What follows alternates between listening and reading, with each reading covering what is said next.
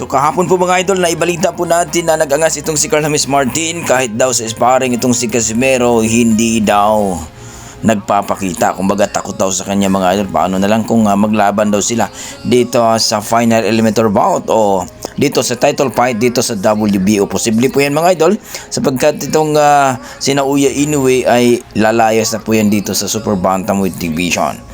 Kumbaga mga idol, hindi na daw niya hihintayin itong si Casimero. Mukhang takot ata kay Casimero itong si Uya Inoue mga idol. Ayon kay Casimero mga idol, bumwelta na ang ating pambato mga idol. No, nang sinabihan itong si Casimero na duwag daw ni Carl James Martin. Sabi ni Casimero mga idol, sino ba daw si Carl James Martin? Kampiyon ba daw yan? May napatunayan na ba daw yan itong si Carl James Martin? Balita daw ni Casimero, last laban daw ni Martin ay ginanap lang daw sa barangay. Kung baga, basketball court lang daw mga idol. Yan ba yung tinatawag na rank number 1 sa WBO dito sa Super Bantamweight Division pero lumalaban lang sa barangay? Anong klaseng boksingero daw ito? Mukhang sapol si Martin dito mga boss.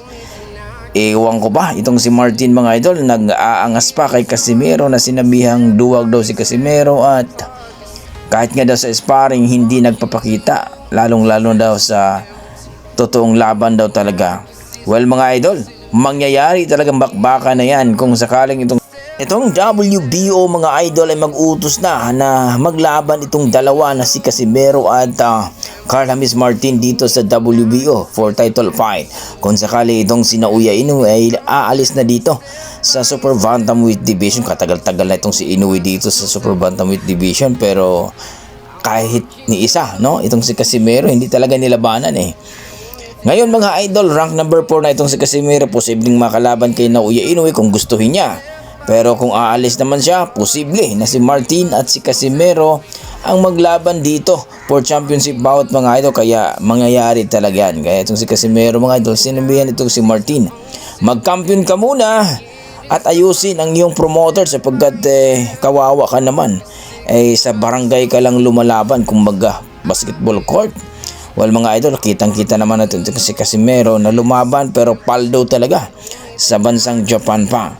So kayo mga idol, anong masasabi nyo dito kay Casimero na sinabihan na itong si Carl James Martin ay pang barangay lang? No, nakaka-insulto po to dahil rank number 1 ka sa WBO dito sa Super Bantamweight Division pero lumaban ka lang sa barangay.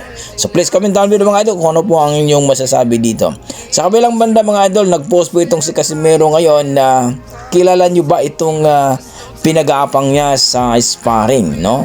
Hindi naman pingalan mga idol pero mukhang ang kahawig nito ay si Marlon Tampales, ang ating former world champion dito sa Super Bantamweight Division mga idol. So sabi nga nila si Marlon Tampales daw yan mga idol. Pero kayo, ano ang masasabi nyo dito?